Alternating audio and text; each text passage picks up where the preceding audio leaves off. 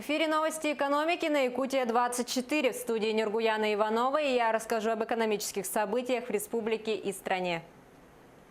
Доллар США и евро перешли к снижению на московской бирже в среду вечером. Рубль отыграл потери первой половины дня и развернулся вверх в бивалютной корзине на фоне начавшейся фиксации прибыли по коротким позициям по рублю после достижения ранее днем котировками нацвалюты многомесячных минимумов.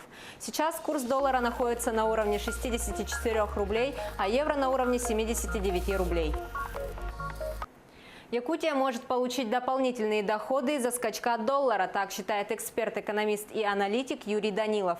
По его словам, укрепление доллара пойдет в плюс для республики, а изменения на фондовом рынке не сильно скажутся на населении. У нас экономика республики, поскольку она экспортоориентирована, она зависит от курса доллара. То есть, если в 2016 году, да, курс доллара среднегодовой был 67 рублей, да, то в прошлом году 58,32. То есть снижение прошло на 13%. Это сказалось на бюджете там, и вообще вот, и на той же компании «Алроса», да, поскольку они реализуют свои алмазное сырье за доллары, а на внутреннем рынке они рассчитываются рублями. Поэтому у компании «Алроса» тоже показатели упали. И, естественно, показатели отчислений налогов упали. Да? С другой стороны, вот в настоящей ситуации, да, когда доллар пошел вверх, это для республики как бы плюс. Это, республика получит дополнительные доходы. На фоне укрепления курса доллара произошло заметное снижение котировок акций крупных компаний. На вопрос экспертам о том, как это может сказаться на предстоящей сделке по продаже 10% акций «Алроса Нюрба», аналитики полагают, что акционеры компании «Алроса» не пойдут на повторную оценку. Учитывая, что компания экспортно ориентированная, то с учетом укрепления доллара доходы в рублевом эквиваленте могут быть высокие. А что касается сделки по продаже акций, то, скорее всего, повторной оценки стоимости не будет. Это лишние затраты, поэтому, думаю, сделка состоится по ранее утвержденным параметрам, считает эксперт-экономист Алексей Стручков. Отмечу, что Якутия при оформлении сделки остается основным акционером «Алроса», имея блок-пакет в размере 20% плюс 1 акции. И алмазные провинции республики являются держателями 8% акций головной компании. От продажи 10% акций «Алроса Нюрба» Якутия планирует выручить не менее 12 миллиардов рублей. Сделка по продаже должна быть окончательно оформлена в конце апреля и начале мая. Ожидается, что из этой суммы 2 миллиарда рублей пойдут на пополнение фонда поддержки местного производства. Также средства будут направлены на сферу ЖКХ. «Алроса» представит крупные алмазы на аукционе во Владивостоке. Продажа алмазов специальных размеров пройдет с 16 по 27 апреля. Всего на торгах будет представлено 110 камней ювелирного качества. Общая масса выставляемых на аукцион алмазов составляет 1946 карат. Вес самого крупного камня – 46,64 карата. Ассортимент будет состоять из алмазов, добытых на предприятиях «Алроса», «Алроса Нюрба», «Алмаза Анабара» и «Север Алмаз». Принять участие в аукционе смогут фирмы из разных стран, включая Гонконг, Израиль, Индию, Бельгию и Объединенные Арабские Эмираты. Бюджет Якутии получил с федеральной казны дополнительно 4,2 миллиарда рублей в качестве субвенций, субсидий и дотаций. Соответствующие поправки в госбюджет внесены 11 апреля в ходе внеочередного заседания правительства. Эти средства будут направлены на проекты по инвестпрограмме в общей сумме 3 миллиардов рублей.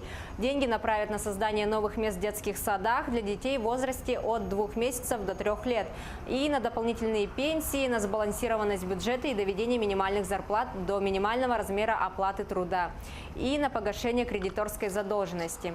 По итогам корректировки общий объем расходов государственного бюджета на 2018 год составит 194,6 миллиардов рублей, на 2019 год 128,3 миллиарда рублей и на 2020 год 126,1 миллиард рублей.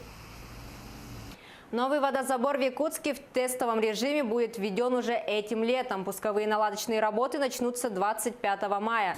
На данный момент объект готов на 77%. Он строится взамен старому водозабору 1972 года постройки мощностью 60 тысяч кубометров в сутки, который уже не справляется с возросшими потребностями Якутска.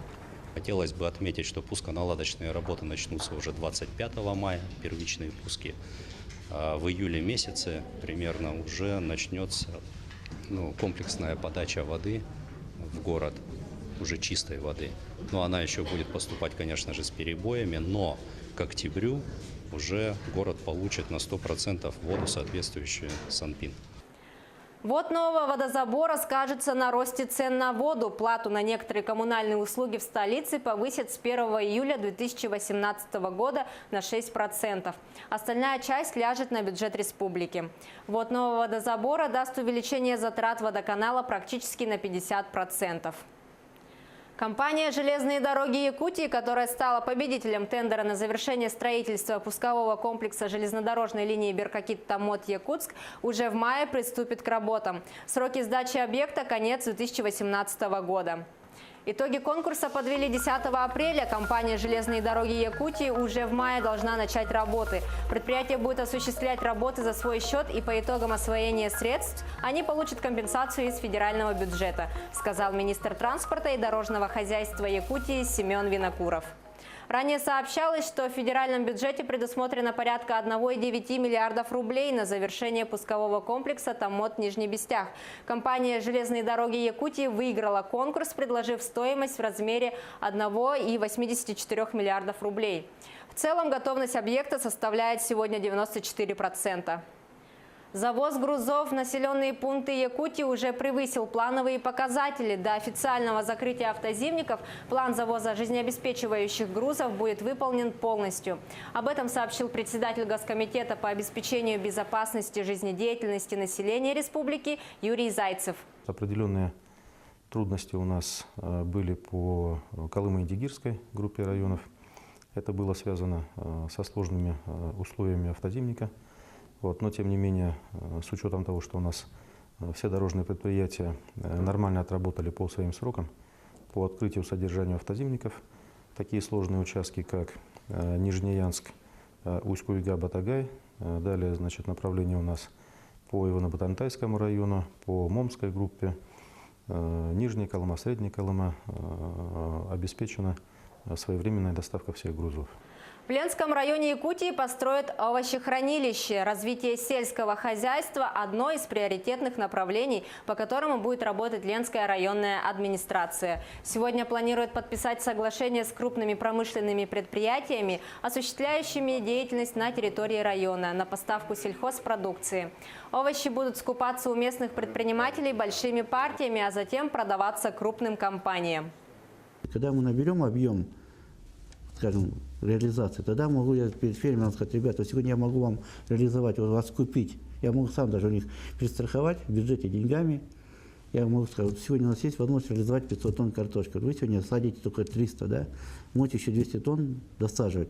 Это опять рабочие места, какие-то определенные доходы. И тогда можно будет эту тему дальше развивать. В столице стартовал республиканский форум «Молодой промышленник Якутии», который продлится 2 дня. Он призван привлечь внимание молодежи к промышленности и геологии республики, развитию кадрового потенциала и стимулированию их профессионального роста. Особое значение придали темам, связанным с переосмыслением текущего положения и дальнейших путей развития нашей республики. По результатам деловой игры, которая прошла в рамках форума, выявили призеров, которые в дальнейшем будут рекомендованы для зачисления в молодежный кадровый резерв Министерства промышленности и геологии республики, а также станут делегатами деловой игры «Министр».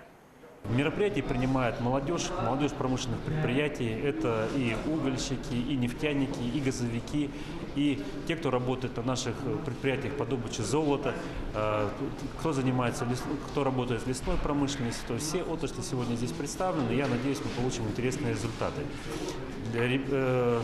Молодежи предстоит непростые испытания.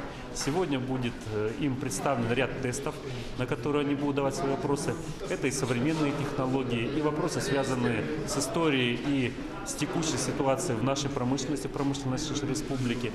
Дальний Восток обогнал другие регионы Российской Федерации по росту иностранных инвестиций. Об этом заявил премьер-министр Российской Федерации Дмитрий Медведев в ходе отчета правительства перед Госдумой. Рост инвестиций в основной капитал в регионе почти в 4 раза превысил общероссийские темпы. Теперь около четверти всех прямых иностранных инвестиций приходится на Дальний Восток.